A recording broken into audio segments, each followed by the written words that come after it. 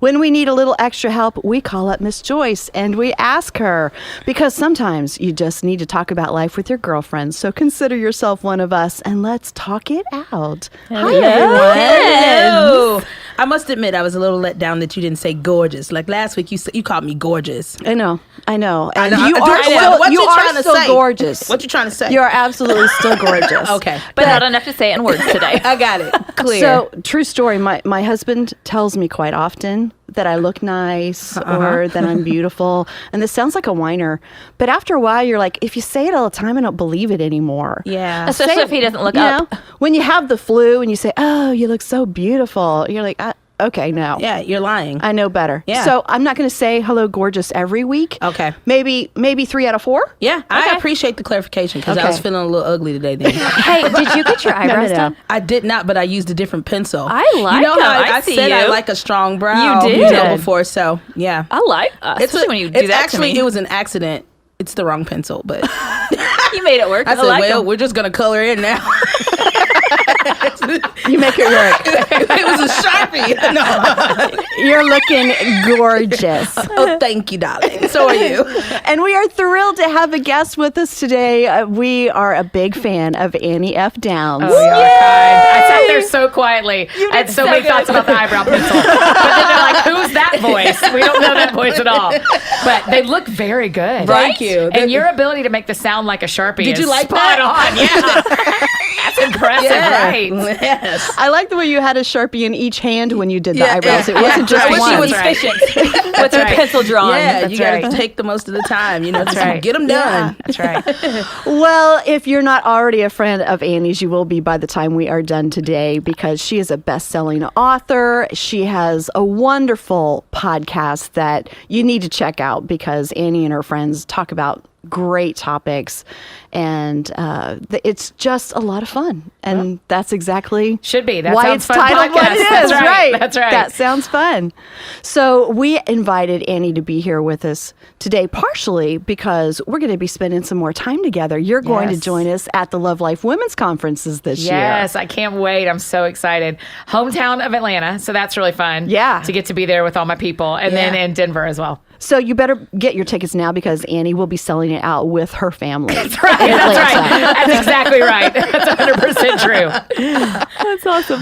Well, we have had a lot of people making comments on the podcast that they love being part of group, they love listening, and they would love to hear more about being a single woman in the world today. Yeah. And one of many, many things that Annie is a single woman. That's true. So Today. you feel like right. representing. I am unmarried today, so I will represent that demographic for today. I don't know what tomorrow holds, but today. Today you own that. Unmarried. Yeah, that's right. Well, we wanted to talk about the fact that no matter who we are, no matter where we are, we always want something else, don't we? Yeah. I mean, Yes. I know I'm that way. There's always something that I think will make life just a little bit more fun, a little bit more adventurous, and we need to learn to be content. But that's a big topic, and sometimes people don't want to hear it. Right. Yeah, it's hard because a lot of times something I realize is that if I put like on a dream board or a vision board or something that I want, you know, like in relationships or just Do you in do life. vision boards? Yes. I used Do to they have like have cutouts parties. from magazines? Yes. Do you? Wow. Yes. Y'all Okay. don't do. Why y'all I looking mean, at yeah, me I like do y'all that. never No, done that? I'm way in. I do them. Oh. How do you do it? I don't I do just them go- in This is just magazines. new. Oh, I this go is just to- new for me. I just go to like From you, new information. to the dollar It's a store. good thing. Yeah. I'll get a little poster board and cut out stuff out of magazines and words. Yeah. And people with abs. Like you know, oh my God. like the Unabomber did. Oh my gosh. Well, not a serial killer. No. it's different. It's different. It's a lot. abs. It's a lot Yeah. different. It's Yeah. usually like inspirational Oh, words. that's better. Right. Like happy and you know. Yeah. Like, That is good. Do you do one Fine every words. year, Jay? I try to do one every year. Okay. Like I would try to do like we started doing them even for my daughter's birthday. So that was one of the things to help her. cool. You know, she never likes to finish them. So, but that's something that we had kind of started doing was like Yeah. That's a vision great boards. idea. Yeah. So You know, I have a problem with them. Not that they're wrong, but for my personality, I know that I have to be super careful to not like think too much about what I want because then I can get self-focused on that. Then I lose that contentment side of it. So for me, I've had to learn It's a that about fine myself. line. I can't think too much about what I want because I'm so goal oriented, I will go hard for those things. Okay, but let me forget tell you my what center. the church has done wrong. You ready? Welcome, Annie. This is big. Okay. Let's just go there. We were kind of told in youth group growing up that when you are content, you will get what you want. When you are satisfied with what you have, then you will get what you want. But what is actually true is when you are hungry, you don't have to pretend to not be hungry to get full. You have to go eat. Well, And so we've got to start figuring out a way to make vision boards that help us dream and pursue and go after what we want, but hold them both. Yeah. I felt like growing up in church, I was taught I wasn't allowed to have wants and be satisfied. Yeah. I was supposed to be all the way satisfied, and then I'd magically get these things I want. And that just was never true. Yeah. It was never true. And I felt the same way, but then I also then leaned on the scripture of like, where there's no vision, the people perish, Yeah. And so I'm Yeah. always like, if I know that I want to do something, a lot of times I can get so inundated with things that I'm doing for other people, whether that be in ministry or work, that sometimes I do lose focus of me. I lose focus of, the things that, I've talked about this on the podcast before, so I could be working, and even forget to eat, Yeah. So I do get content. My stomach like, "Rrr," and I'm like, oh, forget it, keep moving. And so sometimes I need that visual just to remind me like, hey, you have to prioritize yourself too. So I do like to have, like just something to look forward to sometimes. And then the thing that I really had to work on is not punishing myself when I don't necessarily get all that stuff. Yeah. Because I still don't have abs, but it's a cool thing to like, I wish I had them, Does that make really sense? good. I don't know Absolutely. where I was going with that because we went somewhere else, but it's all good. But No, I think you make a really good point that we really all need something different in our lives to focus us, to learn how to have goals and be content and to be able to do them both. Yeah. Right. It's a really good That's point. the thing is how can you hold, I have more than I deserve, and there are things I want I do not have. Right. Both of those are always true. And we get to help our friends in our real lives, and they're listening, our friends figure out what it looks like to hold both of those. Yeah. I think I just had a revelation about my whole life just now while y'all were talking. Okay. really, Wow. do share. I know. Nice. Maybe I should make you wait like to the next 10 minutes. Why? And then Whole share it revelation. later? I'd like tease a little bit. I think you should. Let's take a teaser and we'll be back with you. Yeah, it's like Everything they're that gonna you commercial have like, I can have vision. I love vision for other people. I like to think of vision for what I want here at work and what I think we can do for my family. But to do it for myself feels almost selfish to me because I think it's a lot of what you're saying, Annie, is that's too much about, that's not the way that it's supposed to be. I need to be very happy with what I have right now. So I shouldn't think that much about myself. I think you should go Whoa, for it. I'm just going to sit here and ponder that for a You should little totally bit. go for it. I think I will. But I love that you kind of I just thought about that. landed there. Yeah, that's interesting. Yeah.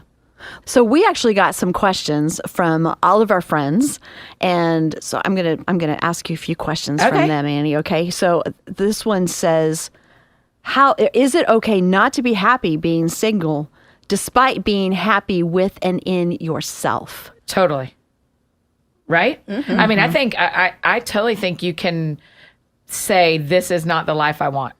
And the question is, are you sitting at home and saying that to yourself or saying that to Facebook? Yeah. Or are you feeling that and still going out and meeting people? Yeah. That is such a And key. are you still doing living anything? your Yes. life? Are you doing anything to Yeah. remedy the thing that bothers you?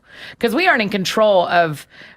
In fact, we talked about it at lunch, Aaron. This idea of like it is a miracle when a man and a woman end up at the same place at the same time and fall in love. It's a miracle. Yeah. But I'm probably not going to fall in love with someone if I don't leave my house. Unless it's the mailman, because he's the only one who shows up every day. Right? So yes, I think you can be not satisfied with your situation. But then my follow-up question is always, so what are you going to do? Yeah. Right. What's your next move? You don't have to like be on dating apps unless you want to be. And I think they're great, and you don't have to go out every single night, but are you anywhere where you're meeting people that might either be able to set you up or might be someone you can meet yourself? So that is not the definition of discontent. I don't think so. Wanting something else is exactly Wanting what we were and talking discontent about. are two very different things. Right. And wouldn't you say, I could say this for myself, so you say if it's true of you, but when you are wanting other things that you don't have yet, doesn't that push you closer to Jesus? Because you're doing your best to do what you can do. The rest is up to him. That's right. So if you if you're doing your best, that pushes you to him to say, okay, I trust you to do the rest. I'll do my part, but now it's you. Yeah. So I feel like some of that is God working in us and using that. Yeah. It's that balance of like trusting that God knows what we don't know. Yeah. And he protects us from relationships in work and in personal life that are not right for us, but also not expecting God to have someone delivered to your front door. Like it's a teamwork, right? It's teamwork. It's God doing what only God can do. Yeah. But then Annie has to be involved too. Right. If I want to see a change. Well, it's also a mistake for us to assume that everyone is in that same situation, that every woman who is not married wants to be married. Totally. Exactly. That's an expectation of all women that's not accurate either. That's right. And if we delight ourselves in the Lord, he will give us the desires of our heart. Yeah. And I don't think that means we get every little thing we want. I think that means when our focus is on him, he changes our heart to want those things that fit into his plan for our that's life. right. To match his desires. And so it can be a long process. Sometimes we don't always get all those things in our timing either. What I can know is God's promise for me is Psalm 37:4, that he will give me the desires of my heart. He has not promised me a husband and children. Those are desires of mine. But that's not the promise. Right. The promise is he'll give me what my heart will desire. And so I have to check in and listen to and be like, well, actually, what am I desiring? Yeah. I'm desiring to do what God has for my life. Oh, that may be different. Yeah. You know, I think sometimes we accidentally call things promises from God that aren't actually promises from God. And we like to say that feel here. better. Yeah, because we go like, Yeah. oh yeah, he promised me A, B, and C. And it's like, Yeah, it wasn't that specific. that's not what the scripture says. Sorry. And Let's go back to the Bible. You know what? I was thinking about, I have several friends who are either single or divorced, and that just brings up, and so a couple of them are super, super Christians that are, you know, like what you said about, Really you good know, ones, like yeah. just Jesus, you know, I'm just focused on Jesus. And, Yeah. and like, but you boring. Like, you're not doing anything with your life. And so what I Right. hear you saying is, you know, trusting God in the process, being content where Yeah. you are, but still living Yes. life. And then another thing you said about the apps, you know, and Yeah. also adjusting to time, adjusting Yes. to That's the so good, time, Jay. you know, because a lot of people that are out there that are single are just like, oh no, I'm not using no apps, you know, or I'm not getting on no, you know, online or anything, you know, but adjusting to the times. If you're not out there and doing things, there might be other ways that you can meet people. So I love the fact that you brought that up. Like, if that's not your thing, Yep. don't do it, but don't knock it if you don't. But here's know. the other thing about apps, ladies. Let me give you a Tell us about it. Please single tell us, because I don't know experience. nothing about them. Here is the thing. When you are at church, let's use church as an example. You're at church and you meet a man that is in your age bracket, that is someone you'd be attracted to, and y'all hang out in a group. You don't totally know the intentions unless he says, or one of you says, hey, let's go on a date. Let's do. But on the apps, everybody knows why you're there. Yeah. You're there because you want to meet someone. Yeah. Now, some of them are better than others, but you can know the intention from the get-go. Sure, you're going to end up being friends, but the reason you're there and the reason I'm there is we're looking for a relationship. So take some pressure off. Yeah, as long it as just you're makes on it- the it makes right it app. real Right. You intentional. don't want to get on the wrong app because then you know what they want to. That's right. That's right. That's it. That's a It's some different bad request. apps. It's some bad apps out there. That's right. There's different ones Be that are careful better with than your others. app. Yeah. Today's takeaway from Ginger. That's right. Thank you, Ginger. But yeah, I mean, it's exactly what you said, Yeah. Aaron, of like, it takes off a little bit of the pressure because you aren't doing that. What are we doing here? Yeah. Like, I think, what does this mean? You aren't like reading the tea leaves of the Yeah. dating relationship. You're like, oh no, I met him on an app where we are looking for a partner. Yeah. Yeah. And so it just makes, I'm 2 thumbs up for Christians using dating apps. So, how are you staying content in this season, and what do you focus on in this season of singleness? Yeah, for starters, it's a season. And so there are things I can do right now that I will not be able to do when I'm married with kids. And so part of it is listing. I mean, I actually keep a list of things I get to do right now that I will not get to do when I'm married with kids. There are things that I will lose. If you, not you, I won't speak about any of you guys. I probably have often thought when I get married, then I get everything. I never think about what you lose. And as I have grown in myself and in my faith, it has felt like the Lord's been like, hey, remember, once you're married, travel changes. Hey, once you're married, how you spend your money changes. Once you're married, even your relationship with God shifts. Because I remember so clearly one time, y'all, I was seeing somebody and I was getting ready in the morning and in my house, and he was not there. And I was blow drying my hair, and I felt the Lord say, if this is the right guy, you and I change forever. Wow. And it stopped me in my tracks. Yeah. And I thought, what do I want to say to God today when it is just me and him? Now, spoiler alert, I didn't marry that guy, but it has given me this perspective. Contentment is a weird word for me too, probably because of some of the teenage growing up in the 90s and 2000s that the three of us have talked about. So contentment's a weird word for me, but what is very true is I am eyes wide open to the gifts of this season of my life that I will trade for different gifts when I'm married with kids. Trade's a great word. Yeah. So I lose things and I gain things. And I am so thankful for what I have right now that is unique to this season of my life. I don't know if you knew this. These two ladies know that I'm a listener of your podcast. Thank you, Erin. So anyways, I've heard you talk about how in the season of life that you're in, so you are very intentional with the friendships that you have, and you're a part of other families' lives. Oh my gosh, yes. And you have all these other kids that you are. Yes, I call them my mini BFFs. Right. All my What do they friends' call kids. you? They call me Crazy Annie. I just love it. And that's so funny. Like, That's not the best name Annie. It's Crazy Annie. It is so fun. You are taking advantage of this season, and not only is that probably edifying to you, but also to those families. Yeah. To get to have. Yeah. Our other friend Megan, we've talked about before too. Before she moved away, she's still single, and so she became part of our family, and my kids adore her. And not only did she tell me that was good for her soul, but I needed her so badly during that season. Yeah. And so just how God uses those different seasons as we're all going through life, just trying to figure it out one day at a time. I think that's such a beautiful picture of how God does that. Can I tell a 2-minute story real quick? Absolutely. Okay. Yeah. I have this family that every Christmas, it's a husband and wife and 3 kids. Every Christmas, the 3 daughters and I watch a Christmas movie their last day of school, like that night. And we've done it 8 years now.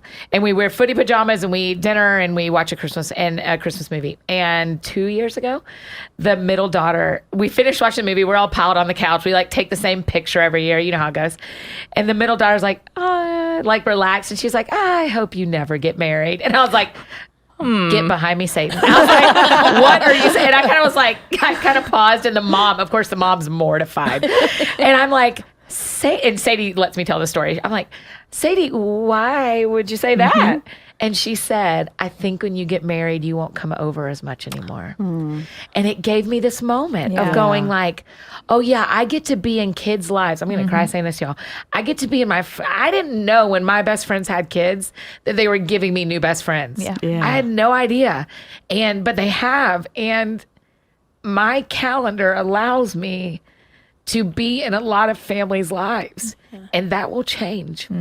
And so... That's beautiful. So I am so thankful that I get to eat dinner with families and be with families and have these kids call me Crazy Annie and expect me to show up every Thursday night. They well, it's Thursday.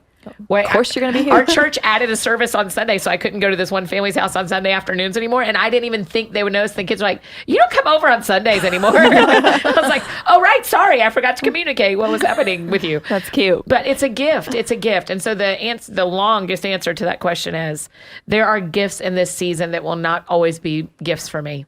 Yeah. And so I will eat those up while I have them, and then I will trade them in for the next thing God has for me. That is perfect, because whatever season you are in, there is a beautiful gift in this time for you from God. So the Bible says so much about this very thing, about the wonderful things that he has for us and about contentment.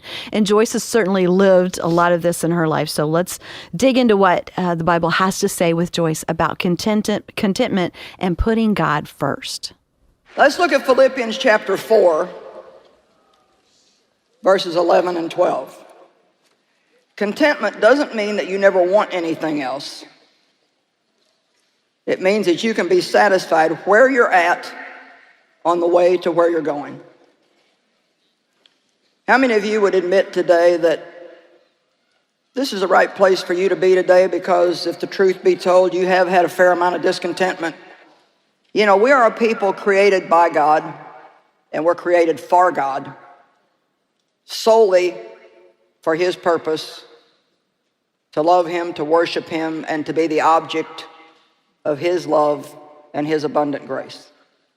And so anytime that we let other things that we want get ahead of our relationship with God, it always just poisons us on the inside. And I'll tell you the truth, honestly and truly, for a lot of years, even as a Christian and even as a woman in ministry, I really didn't know what I'm trying to tell you here today.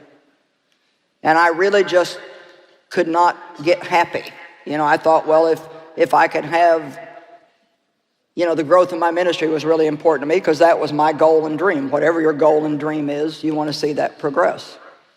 And so I thought, well, if I could just have 500 people in a meeting, then I'd be happy. Of course, then when I got 500, then it was like, well, if I could just have 1,000 people at a meeting, then I would be happy. Some of you have more money now than you ever thought that you would have in your life, and still there's a thing in our flesh that wants more. Some of you have more success, you have a great position, you thought, well, if I could just get married, I'd be happy, and so now you're married, and now you're thinking, well, if this person I'm married to would just behave a little better, then I could be happy. Well, I could be happy if I had a bigger house, so now we got the big house. Well, I would be happy if I had somebody to help me clean this big house. So then you get somebody, you don't like the housekeeper. Well, I would be happy if I could get along with this person who helps me clean the big house. Come on, is anybody home today? Whatever it is that you think that you need today to make you happy, I can tell you that it really won't do it for very long. It might for a short period of time, but it won't do it long term. But if God is first in your life, I mean first, seek ye first the kingdom and his righteousness, then other things will be added unto you, and you can have them with joy. God is like, he's jealous in the way that he doesn't want anything else to be before him, because he knows that we were created solely for him and by him, and that we don't function right when we put anything else ahead of him. So when God tells us to keep him first, it's for our benefit that he tells us that, because that's the only thing that can truly make us happy. Now, the Apostle Paul in Philippians 4, verses 11 and 12, not that I'm implying that I was in any personal want, for I have learned how to be content, satisfied to the point where I'm not disturbed or disquieted in whatever state I am in. I love that. I've learned how to be content no matter what state I'm in. I know how to be abased and live in humble and straitened circumstances, and I know how to enjoy plenty and live in abundance. I've learned in any and all circumstances the secret of facing every situation, whether going well-fed or going hungry, having sufficiency and enough to spare, or going without and being in want. I have strength for all things through Christ who empowers me. Now, I personally think that we may be bordering on being guilty of having abused Philippians 4:13. Because we tell people, oh, you can do anything. You've got the ability to do anything. But Paul was talking about something specific there. He said, look, you have the strength to stay happy if you're not getting what you want, and you have the strength to be happy if you are getting what you want. You have the power of God to be happy no matter what. So knowing that we have that power because of God in our life is so great, because I often don't think that I have it on my own sometimes. There are so many areas that I am very content, and other areas that I want more. I just know that there's more for me, but there's still contentment in all of that. And to be honest, because I've been married my whole life, so I just pretty much Since birth. pretty much came out that way. And so I am one of those people. I was very driven. I did not want to get married. I got married with the That's understanding. so annoying. I know, and it's okay to say that. I love that. I love that about you. I got married with my husband with the agreement that we would not have kids. Oh, wow. And it wasn't because I love children so much. It wasn't because I didn't love children. It was because I wanted to sow into other children in the world. It's one of those Christian things that you're talking about. Yeah. Was that there are so many hurting children all over the world, and I want to go. And I meant that with all my heart. So anyway, I wasn't going to get married. I wasn't going to have any kids. And so then when God put this man in my life that I loved, and after we had been, dating for many years, it was like, it wasn't many years. It was just through college, but yeah, so that's a while. many. But then you're like, okay. I mean, when you're 21, that's a fourth of your life. Exactly. So, exactly. yeah. And so then it's, all right, how am I content? Is my contentment going to come from what I thought my dreams always were? Do I leave this person now? Or do I walk this new path where I think God is taking me? Yeah. And I think it's kind of like the flip side of it. It wasn't what I was panicked getting married because I'm too young and this is not what I wanted. I love this guy. What do I do? And Tim knows this, so it's all good talking about it. The girls know, that we weren't thinking about kids, and God completely turned that around. And it's the most wonderful thing, at this time in my life that I've ever done. But I think the point is what we think will make us happy is not always what really makes us happy. And God knows so much better. Yeah, so much better. I mean, how many guys, for those of you who didn't get married at birth, how many guys that we didn't date, that we wanted to date, I look back now and go, man, the guy I would have married in college, what would I be able to do this job? Right. Would I be doing the thing God has made me to do if I'd have been married 20 years ago? The answer is no. Yeah. It doesn't mean one's right or wrong. It meant for my story that he just knows. Yeah. Yes. He is better than good to me. And so I am aware that he knows what I don't know. In fact, my prayer life has changed, particularly when it comes to dating, where instead of going, I say what I want, Jay, like I say the desires of my heart, like this guy, I would like for this guy to work. But also, if there are two gardens here, and one of them is that this is the right guy and one of them is that he isn't, I'm going to pray that you'll grow the right one. Grow the right garden and let me see fruit in the right garden, because I know you know what I don't know. Yeah. So I'll tell you my desires, but I'm going to pray both gardens and let you grow the one and show me the fruit from the one and then I go like, well, this was easy. Yeah. That guy wasn't right. Because where we want to be is where God puts us. Yes. And that's so mature, but that's really not the culture that we live in. Like most people don't do that. Most people I've been think single a long time, sister. I've had a lot of practice. so I'm saying a lot of people today. I counsel so many girls and help them so much, like with, this guy, he's really not a Christian. He doesn't really go to church and he doesn't do this, but I believe he's going to start coming to church with me and Girl, he's going to start, he's going to start getting better. And it's like, well, what do you, you can't make him into what you want. And that's something, that was a false perception I had at marriage, at birth, I felt I was 20 as well. And so I was like, I thought that he could develop into what I wanted. Yes. Yes.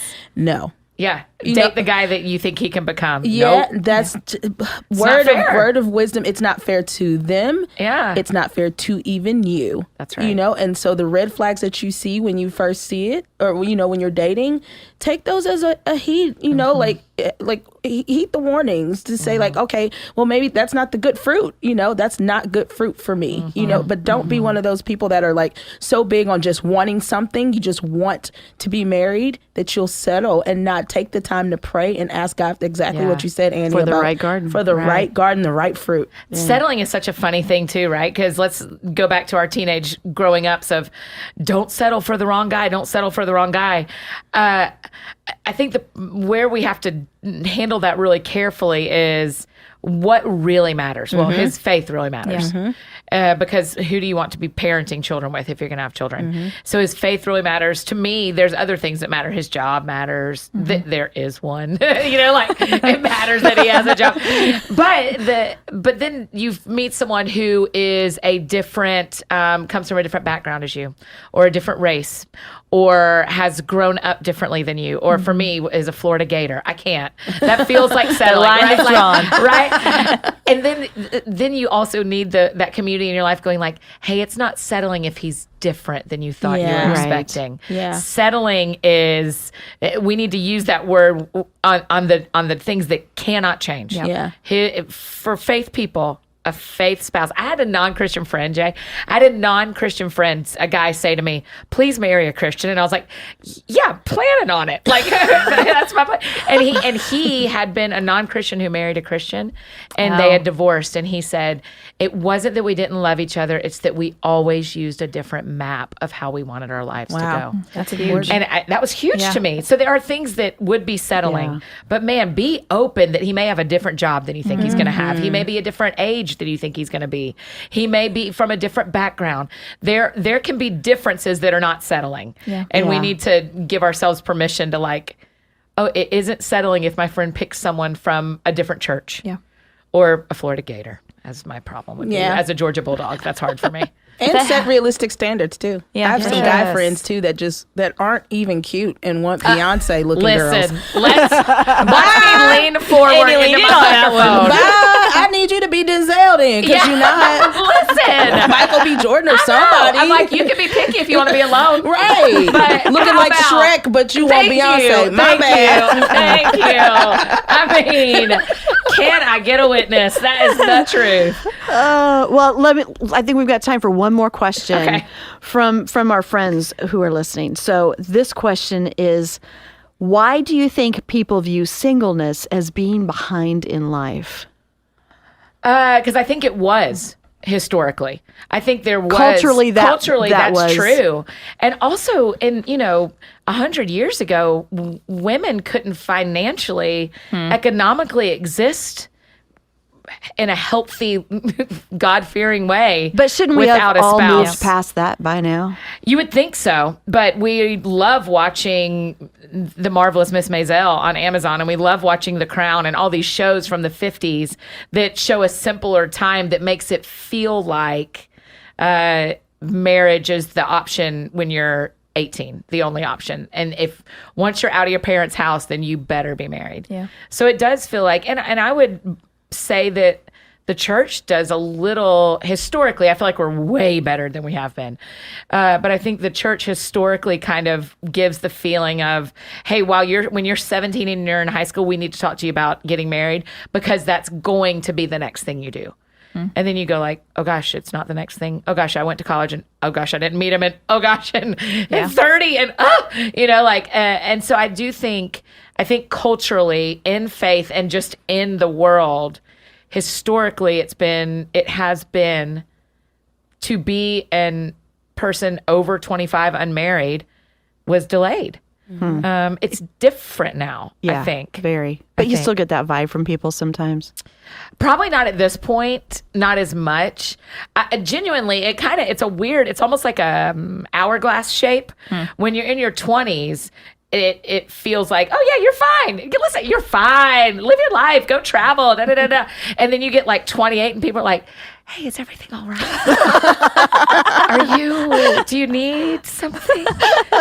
Are you in counseling? You get, so the hourglass comes in from like 28 to 34 when most of your peers are having small children, when people are in those first years of marriage, and there's that feeling of like, you're behind.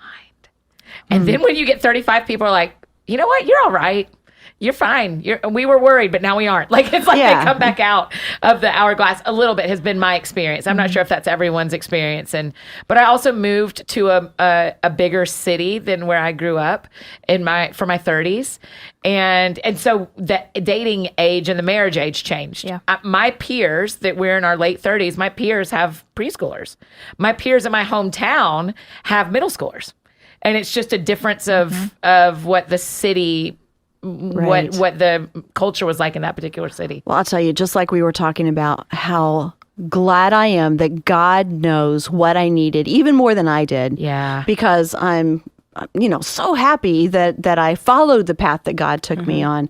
But in the same way that God knows better, I have to realize that people do not know better. Yeah. That no matter what people are saying to me, if God's not leading me there, Yeah. then that's not the way to go. Yeah. And that's where contentment comes from too, because so often we do feel discontent because we're comparing ourselves to everybody else, or we're listening to what somebody else is saying that we should be or be doing. Yeah. And we have to stop that.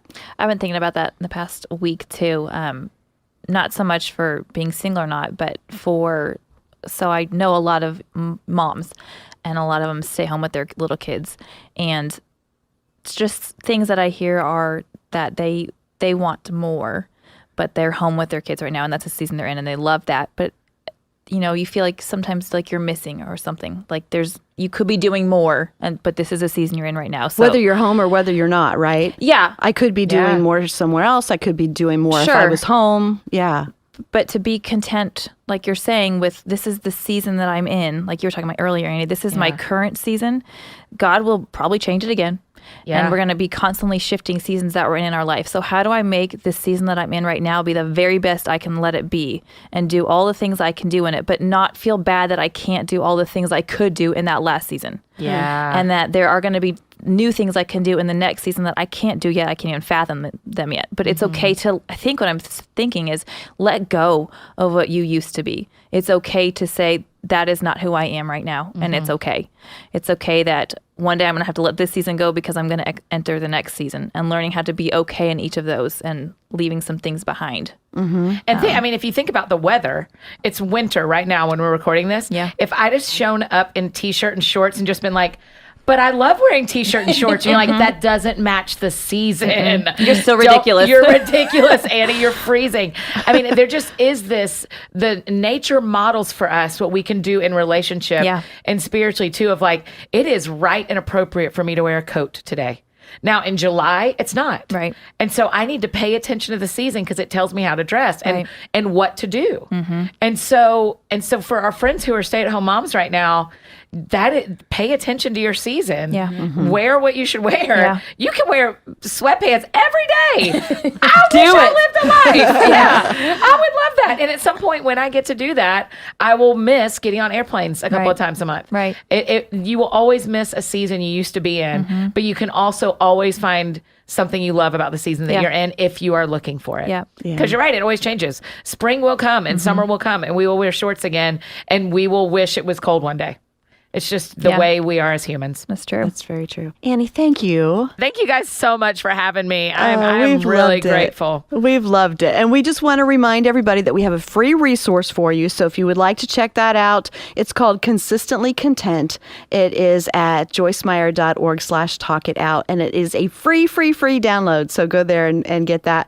Also, when you're on social media, use the hashtag #TalkItOutGirls, and I'll just keep sharing what we're thinking about this. And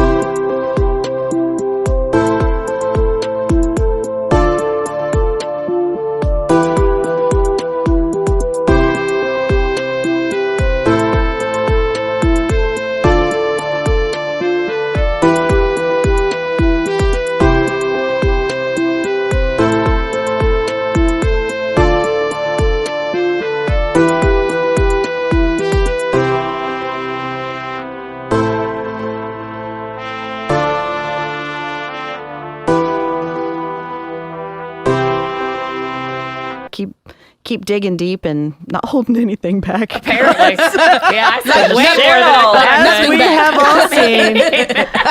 And sign up for our email subscription. Subscribe to the podcast. We love you all. Love you.